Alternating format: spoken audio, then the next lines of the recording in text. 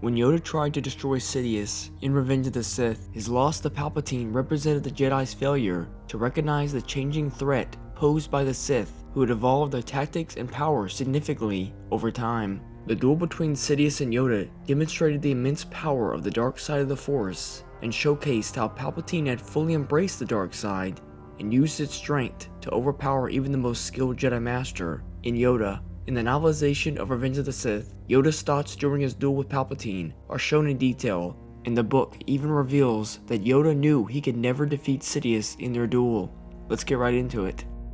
In the Senate arena, lightning forked from the hands of a Sith and bent away from the gesture of a Jedi to shock the red-robed guards into unconsciousness. Then there were only the two of them. Their duel transcended the personal when new lightning blazed. It was not Palpatine burning Yoda with his hate. It was the Lord of all Sith, scorching the Master of all Jedi into a smoldering huddle of clothing and green flesh. 1,000 years of hidden Sith exulted in their victory. Your time is over. The Sith rule the galaxy, now and forever, Palpatine said. And it was the whole of the Jedi Order that rocketed from its huddle, making of its own body a weapon to blast the Sith to the ground. At an end, your rule is. And not short enough it was, I must say, Yoda claimed. There appeared a blade, the color of life, from the shadow of a black wing, a small weapon, a holdout, an easily concealed backup. A tiny bit of treachery, expressing the core of Sith mastery, slid into a withered hand and spat a flame-colored blade of its own. When those blades met, it was more than Yoda against Palpatine, more than millennia of Sith against the legions of Jedi. This was the expression of the fundamental conflict of the universe itself, light against dark. Winner take all. There came a turning point in the clash of the light against the dark.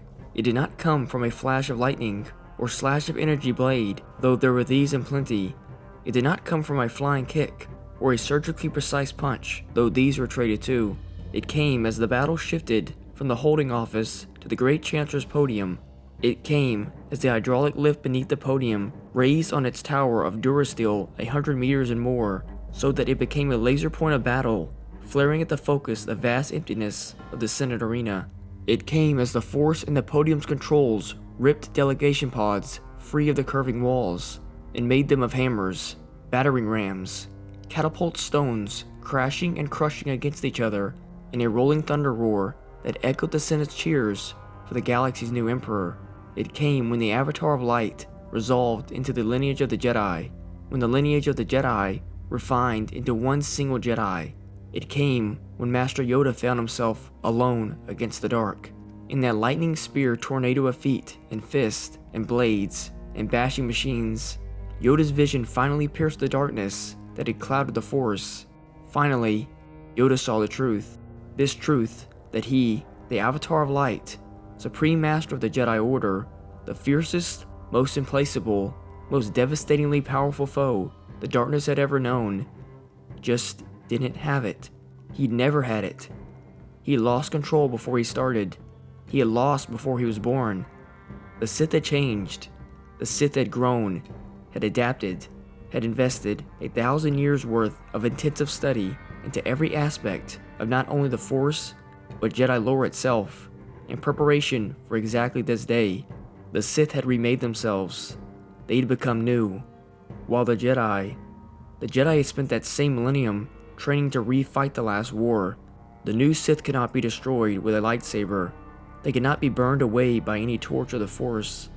The brighter is light, the darker their shadow. How could one win a war against the dark, when war itself had become the dark's own weapon? Yoda knew at that instant that this insight of his held the hope of the galaxy, but if Yoda fell and died there, that hope would die with him. The end of the duel came with astonishing suddenness. The shadow of Sith could feel how much it cost the little green freak to bend back his lightnings into the cage of energy that enclosed them both. The green creature had reached the limits of his strength. Palpatine released his power for an instant, long enough only to whirl away through the air and land upon one of the delegation pods as it flew past, and the creature leapt to follow, half a second too slow. The shadow unleashed its lightning while Yoda was still in the air, and Yoda took its full power. The shock blasted him backward to crash against the podium and fell. Yoda fell a long way. The base of the arena was 100 meters below, littered with twisted scraps and jags of metal from the pods that were destroyed in the battle.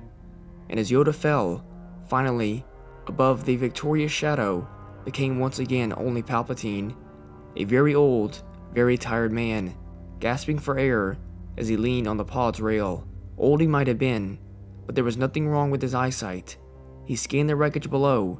He did not see Yoda. When Yoda landed in Bail's speeder, the senator from Alderaan pulled the rented speeder through a turn that would have impressed Anakin Skywalker and shot away toward the nearest intersection of Coruscant's congested skyways. Yoda's eyes squeezed closed. "Master Yoda, are you wounded?" Bail said. "Only my pride," Yoda said, and meant it, though Bail could not possibly understand how deep that wound went, nor how it bled. "Only my pride," the old Jedi said. Thank you all so much for watching. If you enjoyed the video and learned something new, please like and subscribe. And remember, the Force will be with you, always.